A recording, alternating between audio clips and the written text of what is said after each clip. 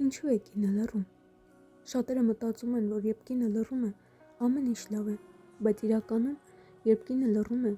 ինչ-որ բան արդեն կոտրվել է ներսում։ Կինը միանգամից չի լռում,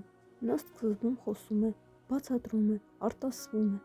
փորձում է հասկացնել, թե ինչն է իրեն ցավեցնում։ Նա ասում է, ինչ ժամանակ է պետք քեզ հետ, ինձ ուշադրություն է պետք, ինձ պետք է, որ լսես, բայց երբ նա երկար խոսում է ու իրեն չեն լսում, մի օր նա հոգնում է։ Երբ կինը լռում է, դա նշանակում է, նա այլևս չի ուզում համոզել, նա այլևս չի ուզում ապացուցել իր ցավը, նա այլևս չի ուզում կրկնել նույն բանը 10-րդ անգամ։ Լռությունը նրա պաշտպանությունն է,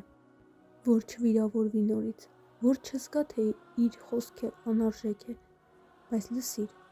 լուռ կինը խաղաղ չէ, նա պարզապես փակվել է։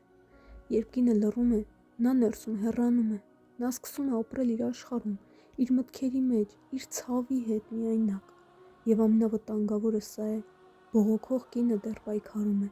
լուռ կինը արդեն հաշտվում է իր մենակության հետ։ Տղամարդը կարող է մտածել, լավ է, չի խոսում, ուրեմն խնդիր չկա, բայց իրականում խնդիրն արդեն խորացել է։ Կինը չի ուզում պատերազմ, նա ուզում է լսվել, սիրված լինել, նա ուզում է ընտրված լինել, նա ուզում է զգալ, որ իր տեղը կարևոր է։ Եթե կինը լռել է, դեռ ամեն ինչ կորած չէ, բայց պետք է մոտենալ ոչ թե պաշտպանությամբ, այլ ուշադրությամբ, ոչ թե մեղադրանքով, այլ հարցով. Ի՞նչն է քեզ ցավեցնում, ինչպես կարող եմ քեզ մոտ լինել։ Եվ եթե դու կին ես, որ լռել ես, մի թող սիրտդ քար դառնա, խոսիր և պատրաստ լինես, բայց խոսիր ճշմարտությամբ, ոչ վիրավորանքով։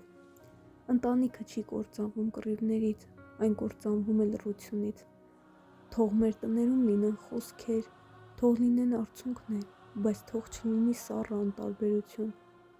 որովհետև երբ սիրտը փակվում է, դուռը ներսից է փակվում։ Աստված ձեզ հետ։ Ամեն։